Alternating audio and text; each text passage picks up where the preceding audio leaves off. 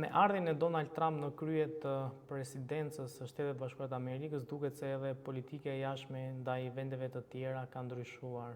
Kjo u pa edhe në raport me Ukrainën, ku një përballje në sy të gjithë botës, në sy të kamrave, u bë kryefjala e gjitha mediave botërore. Për të folur për çfarë po ndodh realisht me politikat e Trumpit, qoftë edhe ndaj vendeve të tjera, por qoftë edhe ndaj shqiptarëve, kam të ftuar në një lidhje direkte nga Shtetet Bashkuara të Amerikës gazetarin e njohur Denion Drenika. Denion, shumë faleminderit për kohën. Faleminderit për ju. Denion, si e keni parë këtë përplasjen që ndodhi mes Donald Trump dhe presidentit të Ukrainës live në zyrën ovale, një gjë që s'kishte ndodhur më përpara? Në fakt ishte një zhvillim, ju e thati, pa ndodhur më parë dhe pse jo për ta quajtur befasues për shkak të qëndrimeve të drittanishme të Shtetit Bashkuara, pavarësisht se cili ishte në administratë, pasi me administratën e parë të Donald Trumpit u dha goxha ndihmë me raketa Javelin për Ukrainën, pra ishte një ndryshim që ndoshta unë besoj ka ardhur si pjesë e ngarkesës së madhe që është tek presidenti Trump, veçanërisht lidhur me angazhimin e tij për ta mbyllur luftën sa më shpejt. Ndoshta po për këtë arsye, ai në thonjza i bën lëshime Vladimir Putinit për treguar që jam unë ai që vendos këtë dhe partneri im është Putini. Puna e Ukrainës është si puna e asaj fabulës me elefantin që kur ecën elefantin në pyll nuk pyet njëri për barin, dhe popujt të vegjël si Ukrainasit apo shtete flasim të vegjël në krahasim me Shtetet Bashkuara apo me Rusinë, është e vështirë që të ruash një raport të tillë sado të jesh alat apo partner, sado të vish në thojza mbas avazit fuqisë madhe. Ndoshta besoj shumë që kjo është arsyeja se pse pati një shpërthim nga presidenti Trump në takimin me homologun Ukrainas Volodymyr Zelenski. Denion, a duket sikur ishte një lloj kërkimi protagonisti i Zelenskit, se ndoshta duhet ishte dakorsuar më përpara që gjithë ky diskutim të mos bëjë në sy të mediave, duke pasur parasysh që edhe më përpara ka pasur përplasje në distancë mes Zelenskit dhe Trumpit. Pra, a mund të ishte shmangur një përplasje në sy të kamrave? Ajo që ndodhi me presidentin Zelenski kishte ndodhur disi më pak, po dukshëm, pra me një prirje të dukshme edhe me presidentin Macron të Francës apo me kryeministrin britannik Starmer. Pra kishte një lloj shenjë të tillë që presidenca e Donald Trumpit, pra presidenti Trump, të kishte një lloj protagonizmi, pra jo tek Zelenski në këtë rast, por tek presidenti Trump. Pikërisht atë që thash, ai ka marrë një angazhim gjatë fushatës që më parë, pra që kur nisi rrugën për të rikthyer në Shtëpinë e Bardhë, që do ta mbyllte luftën shpejt. Nuk është aq e lehtë të vlerësosh nëse i ke kapacitetet për të mbyllur luftën sado i fuqishëm ti jesh, siç është rasti i presidentit Trump dhe i Shtetet Bashkuara. Janë njësër përbërësish ndërkombëtar, njësër raportesh ndërkombëtar, njësër angazhimesh, marrëveshjesh, rezolutash pse jo të Kombeve të Bashkuara që kanë kategorizuar tërësisht fajin sikurse është në të vërtetë tek Rusia dhe vjen keq ta them edhe te populli rus apo te popujt slav në përgjithësi që mbështeten kurdoherë në pronat, në tokën e dikujt tjetër dhe në simbolet historike apo fetare të popujve të tjerë. Pra, presidenti Trump ndoshta i është dukur një lehtësi për ta mbyllur aq shpejt, duke besuar tek autoriteti i tij dhe tek vendosmëria që ai mund ta bëjë. Kjo është e vërtetë që ai mund ta bëjë. Po në rastin konkret është Ukraina që e pëson dhe unë nuk e shoh protagonizmin e Zelenskit, ndoshta presidenti Zelenski ka ikur pak fiu i bisedës, pra nuk e ka pritur që të shkonte deri në atë rrugë dhe më tej faktori psikologjik, pse jo edhe ndrojtja edhe dëshira për dal mirë që e shtyu atë të debatonte me presidentin Trump dhe me J.D. Vance, pra zëvendës presidentin. Po nuk e shoh më tepër protagonizëm se Zelenski nuk ka çfarë protagonizëm të bëjë kur është i varur tërësisht nga ndihmat e të tjerëve dhe veçanërisht nga angazhimi që ka pasur Shtetet Bashkuara, por më pas pati një lloj, unë po i them tërheqje, edhe pse ajo është një rivendosje në thonjza në kufit e qëndrimeve të mëparshme, pra për t'u riafruar dhe pse jo për një vizitë të mundshme të presidentit Zelenski përsëri dhe të nënshkruajë të famshmen marrëveshje të shfrytëzimit mineraleve të Ukrainës. Ne e dimë që nga 34 minerale të karakterit të rëndësishëm, do i them të rëndësisë veçantë, pra materiale të rralla, 22 prej tyre ndodhen në tokën e Ukrainës dhe këtu nuk përfshi energjinë bërthamore, pra elementet bërthamor apo naftën apo gazin. Pra thjesht është shumë e rëndësishme që për presidentin Zelenski ky kthim mbrapa të konkretizohet me një vizitë dhe me një nënshkrim të marrëveshjes. Natyrisht që marrëveshja në planin, nuk po them, në planin e mirënjohjes nuk është edhe aq e atillës, sepse ti nuk mund t'i kërkosh rasti konkret Ukrainës parat mbrapsht nëpërmjet një marrëveshje të kësaj natyre apo në çdo lloj marrëveshje tjetër, pra për ndihmën që i ke dhënë.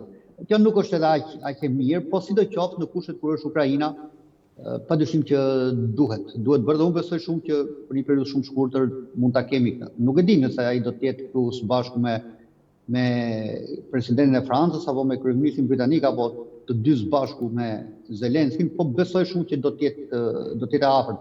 Gjithnjë nëse mbetemi në këtë nivel të gjendjes që është tani referuar takimit në Shtëpinë e Bardhë dhe veçanërisht adresimit që presidenti Macron i bëri shtetësve francezë, i bëri Francës pak orë më parë për treguar rrezikun kryesor që i vjen Europës, pikërisht nga ajo që ja ka ndezur gjithmonë këtë rrezik dhe që ka nxitur gjithmonë luftra drejt për drejt ose jo, që është Rusia. Dënjon, sigurisht që vëmendja jonë është edhe tek Kosova, e cila, siç të gjithë e dimë, është në një varësi politike të jashtme nga Shtetet Bashkuara të Amerikës, qoftë edhe për vetë historinë ku ishte pikërisht vullneti i Shtetet Bashkuara të Amerikës dhe i Bashkimit Evropian që Kosova ishte shtet i pavarur. Duket që ka një lloj krizje mes administratës ose disa prej personave që janë në administratën e Donald Trump me kryeministrin Albin Kurti. A mund të presim një lloj zhvillimi siç ishte me Zelenskin edhe me Albin Kurtin? Dëshiroj ta ndaj në dy pikza këtë parashtrim. E para, unë besoj shumë që politika jashtme zyrtare amerikane, pavarësisht ulje ngritjeve apo edhe raste siç është ky qëndrimi ndryshuar tërësisht tash për tash ndaj Ukrainës, mbeten baza. Pra unë nuk besoj dhe do të jetë një hata e madhe nëse do të kemi lëvizje të gurëve drejt zhbërjes së njëjës Kosovës. E dyta lidhet me administratën. Nuk është vetëm administrata e Donald Trumpit që ka një këndvështrim të tillë. Të mos harrojmë që një lloj largimi nga Kosova filloi që në kohën e administratës së Barack Obamas. Do të thoni ju që pati disa kriza pranvera arabe apo vende tjera që nisën, po sidoqoftë vëmendja apo shteti islamik i Irakut dhe Sirisë, pra pati si famshëm, pra pati një tërheqje të vëmendjes që në presidencën e Barack Obamas, pra kur nuk ishte kryeminist Albin Kurti. E njëjta gjë ndodhi, ose më saktë, kjo nuk pati një pikë të ndërmjetme me kryeministin Abdullah Hoti dhe me presidentin Aleksandar Vučić, kur Donald Trump i thiri gjatë presidencës parë në zyrën e tij ovale dhe nënshkrua një marrëveshje, pra që ishte më tepër karakter ekonomik ose më tepër një protagonizëm i presidentit Trump, sikurse edhe tani që ai mund ta bëjë diçka nëse e vendos. Pra unë nuk e shoh thjesht tek Albin Kurti, unë e shoh në tërësinë e marrëdhënieve ndërkombëtare dhe nuk duhet të kemi fatin e mëhershëm të Jaltës apo të Potsdamit apo të Londrës 1913-ën, ku fuqitë e mëdha na kanë bërë ne mish për top për interesat e tjerëve. Mos harrojmë që Serbia është ndoshta po e them jo me një lloj humori, po me një lloj në pak thonjë, za ata sigur kanë genetikisht kriminaliteti përderisa sillen kështu me gjithë fqinjet dhe mbas tyre që ndron Rusia. E njëjta gjë ka ndodhur për gjatë gjithë historisë, që dash edhe ish-perandoria turke apo Austro-Hungaria gjithmonë i bënin marrëveshjet, Turqi duke lëshuar tokat e shqiptarëve dhe Austro-Hungaria me atë fuqi që kishte duke i mbrojtur ato në këmbim të paqeve të kopaskoshme me Rusin, pra që jepej Serbisë apo më pas edhe Greqisë territoret e shqiptarëve. Pra unë nuk dua që të kemi nuk dëshiroj se tani nëse dikujt që ka edhe gurin edhe arrën dorë, po themi shkrep në mendje për ta bërë dhe ndërmerr të hapnes, vetëm t'i lutemi Zotit edhe na dëgjojmë mbi gjitha se ti mund t'i lutesh. Pra unë duke shoh, pra dy pikë ishin këto. E para që politika zyrtare do të jetë vështirë që ndryshojë sepse kemi nivel të lartë Kosovës, pra ndryshon qëndrimi me Ukrainën për një konflikt, për një luftë, por nuk mund ndryshojë njohja apo mosnjohja e një shteti siç është rasti i Kosovës. Dhe e dyta tek interpretimi i administratave. Administratat në një vit veçantë mund të kenë qëndrime ndryshme, jo domosdoshmërisht ato shprehin gjithmonë qëndrimin e Departamentit të Shtetit. Mos harrojmë që Matthew Palmer apo Gabriel Escobar gjatë presidencës së Joe Bidenit ishin pothuajse 100% kratë serbisë, dhe të mos harrojmë gjithashtu një ndër figurat më të larta të diplomacisë amerikane si Christopher Hill, që prej fillimit të viteve 90 nga një mbrojtës i ethshëm, një ndihmës si Richard Holbrooke, në të mirë të shqiptarëve i befasisht u kthye në një mbrojtës të serbëve, madje edhe me një lloj kërkimfali ndaj fushatës bombardimeve. Po ashtu të mos harrojmë që në të shkuarën kemi pasur Gelbardin, një diplomat amerikan, pasi takimi me Slobodan Milošević në Beograd, ai e quajti Ushtrinë Shqiptare të Kosovës organizatë terroriste, mirë po kjo zgjati fare pak, sepse takimi i Holbrooke në vatrën e UÇK-s i unik tregoi që Shtetet e Bashkuara nuk varet nga qëndrimet individuale, por kanë një linjë politike zyrtare të së ndërtuar prej vitesh. Pra në këto dy pikë unë dëshiroj ta mbështes zhvillimin e mëpasëm. Pra që ne nuk kemi thjesht pakënaqësitë e individëve kundrejt një qeverisje në Kosovë apo një kryeministri, qoftë ai Albin Kurti apo dikush tjetër, dhe e dyta që mos e dhën Perëndia që të mblidhen dhe të na ndajnë prapë. Nëse do të jenë në tryezë ndërmjet po flas Rusisë dhe Shtetet Bashkuara një sër çështjesh që lidhen me geostrategjinë, me geopolitikën, nuk do të jetë vetëm për çështjen e Kosovës, pra besoj do të jetë Ballkani një ndër temë, do të jenë ishuet e paqësorit, do të jetë garancia që Shtetet e Bashkuara do të përpiqen për ta mbajtur për Guamin, që është një pikë jashtëzakonisht kyçe në paqësor, për ndaluar rolin e Kinës, pavarësisht filozofisë së saj dhe të popullit të saj, jo agresiv dhe jo sulmues ndër shekuj, ndoshta tani mund të ketë marrë një karakter të tillë. Është afërsia e Rusisë me Alaskën, pra ishujt Aleutin, që lidhin nëpërmjet ngushticës së Beringut, pra janë disa vatra që mund të krijojnë tensione, dhe nëse do të kemi një ulje në tryezë, e para padyshim që do të jenë në Rusia dhe Shtetet Bashkuara, por këto lloj tryezash nuk e përjashtojnë dot Francën, nuk e përjashtojnë dot Britaninë e Madhe si fuqi koloniale, zotruese të ishujve të paqësorit, të Atlantikut, pra që është më gjerë se sa kaq. Unë nuk besoj se do të shkojmë deri këtu. Nuk besoj. Por për diplomacinë, për ne si shqiptar, padyshim që të jemi më shumë të vëmendshëm është domosdoshmëri. Si e keni parë zgjedhjen e Donald Trump në raport me shqiptarët, qoftë me emigrantët shqiptarë që ndodhen në SBA? Parë këtu edhe një lloj qasje, le të themi agresive ndaj emigrantëve të Donald Trump. A rrezikojnë shqiptarët? Rrezik. Për cilin do që mund të jetë ilegal ka rrezik, por në dallim nga thelbi i kundërshtive apo i themi fushatës së mundshme në zhvillim e sipër të deportimeve masive, nuk janë shqiptarët apo emigracion tjetër. Thelbi është pikërisht tek Meksika me popullatat hispanike,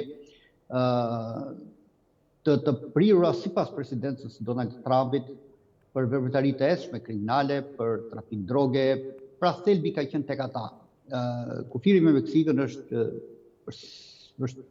nuk e thua do të hanë me dy porta, por është një kufi që në të vërtet nuk e kontrollon dot edhe aq lehtë. Është një vije gjatë, ka zona pranë San Diegos në Kaliforni që vetëm një rrjet teli e ndan kufirin ujor në det, pra shtrihet pak, po them 1 ose 2 kilometra, pra që mundësitë për të kaluar kufirin edhe këte janë të mëdha. Pra problemi nuk ka qenë thjesht tek emigrantët jo hispanik, sepse emigrantët e tjerë bëjnë pak. Pra nuk është se edhe nga pikpamja e mbështetjes së shteteve të veçantë apo federal, nuk është se harxojnë kush e di se çfarë. Ndërsa popullatat hispanike janë masivisht, janë me tjetër ndërtim të strukturave të tyre familjare, shpesh ka ndarje mes familjeve për të përfituar fonde si nën më vete apo si baba më vete.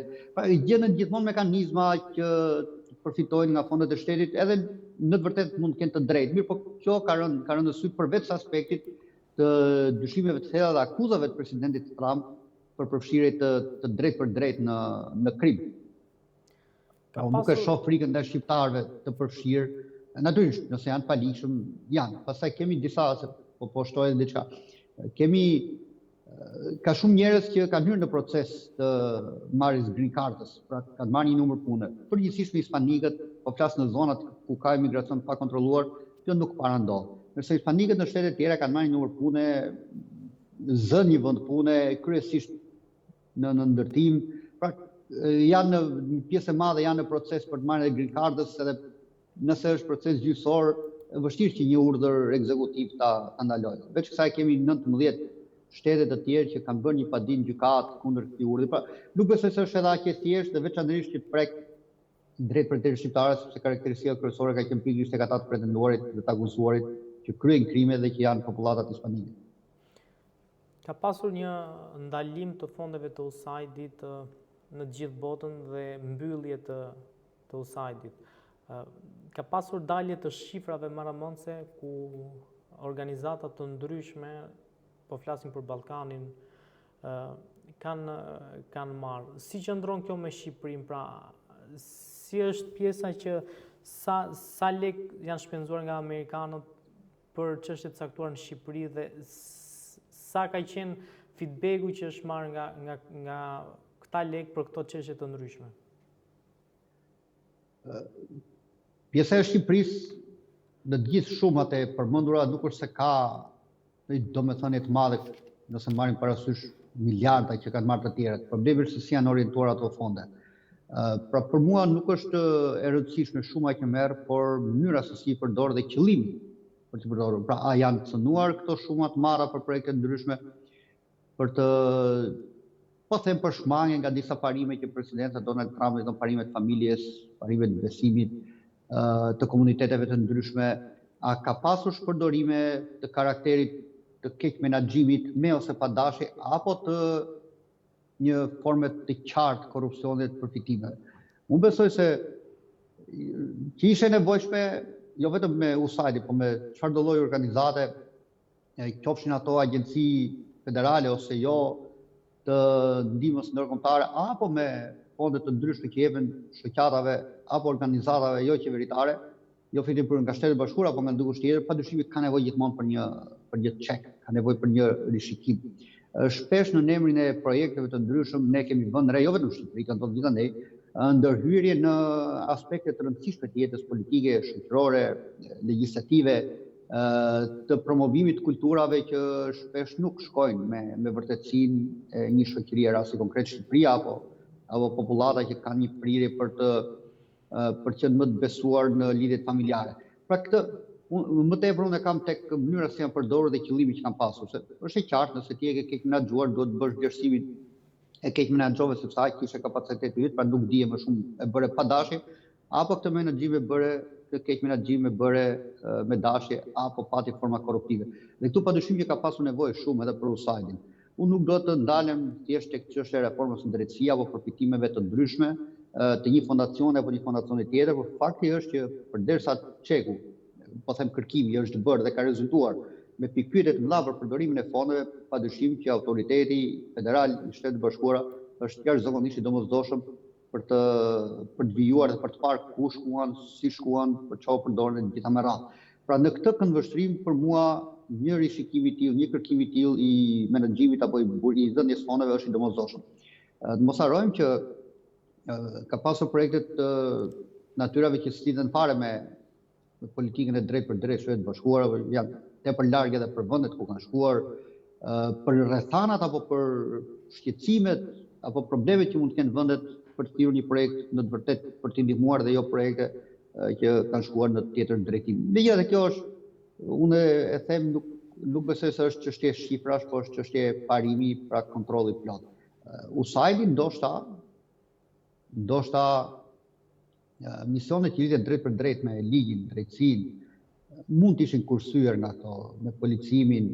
Megjithatë, bëhet fjalë është edhe ana e ekspertizës, por nuk besoj se ekspertiza preket. Pra nëse dikush nga Shqipëria në institucion do të kërkojë ndihmë nga partnerët këtu, padyshim që do t'i jepet, pra nuk është thjesht që të marrësh para për zhvilluar një projekt, mund të kesh nevojë për një ekspertizë, mund të kesh nevojë për një forenzik, mund të kesh nevojë, nuk e di, për gjithçka që lidhet me fjala me drejtësinë, me tërsinë e zbardhjes së një problematike që ekspertiza në Shqipëri nuk e del dot. Pra, unë nuk besoj se kjo do preket në nivelin e ekspertizës. Në nivelin e fondit pastaj ti duhet të jesh i qartë dhe i bindur, pra nëse aplikon për një fond, duhet ta menaxhosh mirë dhe ta arsyetosh sepse të mos vijë rradha që kur dëshiron të paraqesësh punën që bëre me fondet e marra, nuk e as takim, nuk e as fotografi, nuk e gjë për gjëje.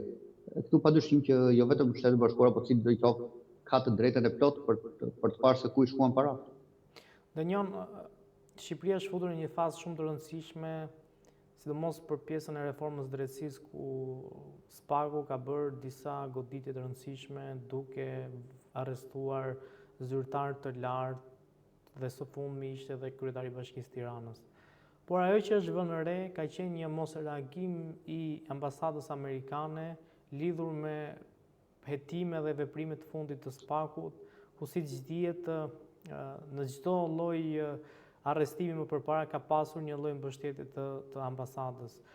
Me ardhen e Donald Trumpit, a është lëkundur mbështetja e amerikanëve ndaj SPAK-ut dhe reformës drejtësie? Parë dhe nga këndvështrimi që kjo reformë është akuzuar si e bërë me mbështetje të Sorosit. Unë e përmenda që sa i përket ekspertizës, që për mua është më e rëndësishmja, unë nuk besoj se do të ketë mungesë të dhënies ndihmës nëse do të kërkohet. Pra nuk e shoh thjesht tek parat. Në aspektin e veprimit të strukturës posaçme antikorrupsion, padyshim që gjithkush mund të ketë vërejtje kritika, mund të kemi në doktrinën tonë të drejtësisë, mund të kemi nëse prokuroriati e sheh fillimisht atë gjysmën e gjendjes së provave të pafajësisë individi dhe pastaj atë të fajësisë. Këto janë më tepër çështje që përkasin një juristi se sa mua. Po në parim, padyshim që çdo kush që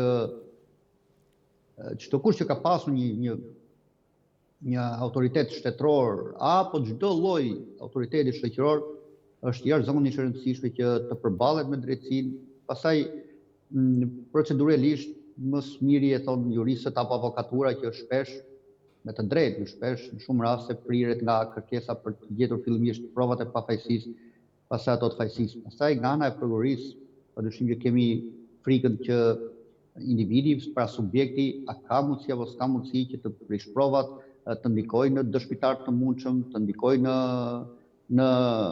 të gjithë strukturën e ngritur hetimore, në fabulën hetimore. Pra, unë besoj që kjo është një vijë që na ndan në kufirin e mbrojtjes për të avokaturës dhe të prokurorisë, gjithmonë duke u mbështetur mbi provat e mundshme që kanë palët. Pra nuk e them dot qartë nga pikpamja as procedurale dhe as tekniko-ligjore, sepse nuk jam jurist, po në parim unë jam për këtë.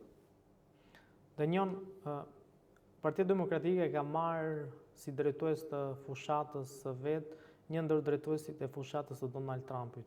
Si shikoni këtë lëvizje dhe a besoni që marrja e këtij personi si drejtues fushate do ndikojë në një raport tjetër mes Partisë Demokratike dhe Shtetet Bashkuara të Amerikës, konkretisht me Donald Trump, duke nisur nga fakti që zoti Berisha, kryetari i kësaj partie, është në ngrata nga Shteti Amerikan? Ka pasur edhe raste të tjera të shpalljes pa dëshiruar të personave ndryshëm, figurave politike apo jo. Mirëpo unë besoj që nëse ka një partneritet, ty mbase nuk të pengon në përditshmërinë tënde që ne i pa dëshiruar diku, qofshin edhe në Shtetet Bashkuara. A do të ndikojë ardha e Kristës Sivitas? Padyshim në pikpamjen të entuziazmit për një pjesë të madhe të opozitarëve, padyshim që është një gjë e mirë, por me drojës se mos ndoshta kjo e kalon kufirin e mundësive që për ligj entuziazmi marr. Pra, a do të shërbej për ta nxitur më shumë votuesin që nuk shkon, apo do të krijojë një lloj euforie tek ata votues që tani më janë fiks. Pra, a do të jetë prania e Sivitas aq e fuqishme dhe aq bitse për atë pjesë tjetër të njerëzit që mund të jenë vërtet me Partinë Demokratike, po për një arsye ose një tjetër nuk shkojnë, janë më të ftohur, janë më të prerë në shpresë që mund të ndryshojë qeverisja ose jo. Pra nuk është thjesht një individ. Puna e parë që ka opozita, sikurse edhe puna e parë që ka qeveria, kjo është shumë e qartë, është që të bindin njerëzit, pra jo vetëm ata që i mbështesin, po të bindin gamën e gjerë të njerëzve që ne po e bëjmë mirë, ose kemi bërë keq dhe do ta bëjmë mirë, apo ne si opozitë, të që këta e kanë bërë keq apo më keq se keq, do duhet ta ndryshojmë dhe të rikthejmë gjithmonë sipas këndvështrimit opozitar, sepse kjo është luftë politike, të njëjtave politika që ne kemi ndjekur më herët dhe që ata mbështeten ka qenë të drejta. Bëj fjalë për politikat e ndjekura gjatë qeverisjes së Partisë Demokratike. Pra më së pari duhet bindur njerëzit dhe i duhet dhënë besim dhe pastaj për të thënë që po ne kemi një figurë të tillë që na nxit, që mund të shërbejë për rritjen e tonë entuziazmit. Pastaj trupa votuese në Shtetet e Bashkuara dhe trupa votuese në Shqipëri ka dallim thelbësor. Këtu vërtet njerëzit mund të shkojnë të votojnë, por nuk mund të themi që të gjithë janë në rresht për një si para. Ne për fat keq si për njërin palë si për tjetrën ne kemi në rresht nuk ndryshojmë. Ne kemi edhe një lloj reagimi të brendshëm që nëse dikush vjen edhe na nxit që kjo duhet bërë kështu ne themi po ky u bë që na mësojnë ne, pra kemi pak të vështirë ta kalojmë këtë kufi. Nëse në Shtetet e Bashkuara po flasim votuesit përgjithsisht moderuar, nuk ka nevojë që ti thuash do rish patjetër këtu, sepse ka një vendim të pavarur, nuk po them bindje, po ka një qëndrim përgjithësues dhe ditën e votimit ai thotë me gjithë këtë përgjithësim i zhvillimeve që ka pasur këtë administratë, krahasuar me atë që do vi apo me atë që ka qenë. A do të jemi zoti unë që me votën time dhe votën shumë tjerëve si unë ta ndryshoj për mirë, pra është më i edukuar në thonjza politikisht votuesi. Nuk po flas për ata që u shfaqën dukshëm gjatë votimeve të fundit në Shtetet Bashkuar, pra që një pjesë e madhe njerëzve ishin militantë, mbështetës drejt për drejt të Donald Trumpit, jo thjesht si individ apo si republikan, po për atë që ai artikuloi gjatë gjithë fushatës. Pra pati grupe të mëdha votuesish që u prirën më shumë se sa për Donald Trumpin si individ, për ato që ai shpërfaqi në fushatë, siç ishte lufta kundër transgjinorëve, po them qëndrimet kundër transgjinorëve, përcaktimi i familjes dhe i gjinive mashkull dhe femër, siç janë, pra pati shumë grupe që ndiheshin jo mirë me komunitetet e tjerë, pavarësisht i prishin punë ose jo, pra që i mblodhi nëpërmjet votave, pra i mblodhi Donald Trump. Në Shqipëri këtë nuk është, besoj se do ketë ndikim të madh vetëm një individ. Nëse nuk bin njerëzit e tu, nëse nuk po flas për atë që quhet kategoria gri, që unë besoj që në Shqipëri është vështirë që një njeriu që mund të jetë asandej aseti thuash shko te ky sa i patjetër do bëj kundërtën. Ne për fat keq ne e kemi këtë, shkojmë gjithmonë kundër rrjedhës. Pra edukimi i votuesit është pastaj Gurian, më thuaj nëse një njeri që ka qenë me prirje të Partisë Demokratike dhe pse nuk është votues i Partisë Demokratike, vërtet beson se do votojë Partia Socialiste apo një anasjelltas? Unë për vete mund të ketë raste, po nuk e shndroj dot në fenomen. E kam shumë vështirë që ta besoj që një socialist votoi Partinë Demokratike. Mbase ndodh, mbase ka ndodhur, por po them që ta votoj për të qenë vendimtar në ndryshimin e qeverisë, se pavarësisht se cila prej palëve është. Mund të thonë që po Rama ka gjëra të mira, mund të thonë që po Berisha ka gjëra të mira, po ka non grata, ai tjetri mund të jetë non grata apo mund mos jetë, po votuesi, nëse ti e nxit, ne e dim fort mirë se unë mund t'jap vend tani për Shqipërinë se ti aty, është e vështirë që ti thuash ore kryetari jo të non grata, ti nuk do shkosh. Ai do shkoj qoftë edhe nga inati. Por nuk besoj që një votues i moderuar në Shqipëri do të kalojë menjëherë në krahun e partisë tjetër. Ai shumë do rri pa votuar. Po që ta ndryshoj partinë. Unë e kam vështirë ta besoj, pra që ta ndryshoj partinë, të ndryshoj votën në këmbim të ndrimit pushtetit, nuk bëj fjalë që individ apo një X% të votojnë ndryshe, por sa vlen kjo për ndryruar qeverinë. Unë besoj se kjo nuk ndodh në Shqipëri. Të njëjën për herë të parë në Kosovë, ta mbyll fjalin, në Kosovë kjo për shembull ndodh. Ne kemi pasur në Kosovë që ka dalë formacione politike, ka dalë Partia Ora, ka dalë Partia Popullore, ka dalë Lëvizja Popullore për Çështjen e Kosovës, Lëvizja Kombëtare për Çështjen e Kosovës, ka dalë Aleanca Qytetare që u formua pastaj si Aleanca për Ardhmërinë e Kosovës së bashku me LKÇK-n dhe LPK-n. Pra votuesi doli vetëvendosja 4-5 herë, 6 herë, pra dolën forca që merrnin, dolën socialdemokratët, fillim me Katyusha Jashari, pra dolën forca që e mblidhnin votuesin. Pra që popullata e Kosovës ishte më e pjekur për të parë, kjo nuk po shkon mirë. Pavarësisht se ne e dim, Lidhja Demokratike e Kosovës dhe më pas Partia Demokratike, si dhe tani vetëvendosja, trupën e tyre bazë kanë të pandryshueshme. Po them që formacionet e tjera politike në Kosovë dalin më lirshëm se te ne. Te ne për fat keq kemi ose njërin ose tjetrën. Dhe njën për herë të parë, diaspora shqiptare do të marrë pjesë në zgjedhje. A besoni se do jetë vendimtare vote e tyre dhe sa gjas ka që ky proces të mos jetë siç proceset në Shqipëri që nisen dhe pastaj ngecin në rrugëve? Besoj që shifrat, unë besoj që japin një lloj orientimi që mund të jetë vendimtare. Por ajo që mua nuk më lë shije është ndoshta e parafort atij që thash për trupin votuese. Ajo pjesë e diasporës që është e prirur për të votuar një parti, në mënyrë më absolute do ta votojë. Pra ne bëjmë fjalë për një vot që të ketë mundësi të ndryshojë qeverinë. Për këtë po flasim, pra ky është interesi kryesisht i opozitës, ajo po mbështetet te diaspora. Pra, a është diaspora e pjekur që të votojë për një ndryshim, apo është e bindur që gjendja është e mirë dhe votat do të shkojnë njësoj? Unë them se edhe për diasporën do të kemi të njëjtin qëndrim, të njëjtën sjellje votuese. Për ata që janë në njërin palë do votojnë atë palë dhe nuk do të jetë ndikues për ta ndryshuar pushtetin. Thjesht mund ta forcojnë atë palë që mund të jetë qeveria, apo mund të japin pak dorë opozitës, por unë nuk besoj se do të jetë vendimtare për ndryshuar votën. Qofsha i gabuar, por pavarësisht shifrave, prirja jonë si votues më bën të mendoj, pra prirja jonë, pra jo thjesht se mendoj, kjo prirje më bën të mendoj që ne do të jemi në të njëjtat llogore për njërin palë ose për tjetrën palë. Dhe njën shumë faleminderit për kohën. Faleminderit për unë të mbarë.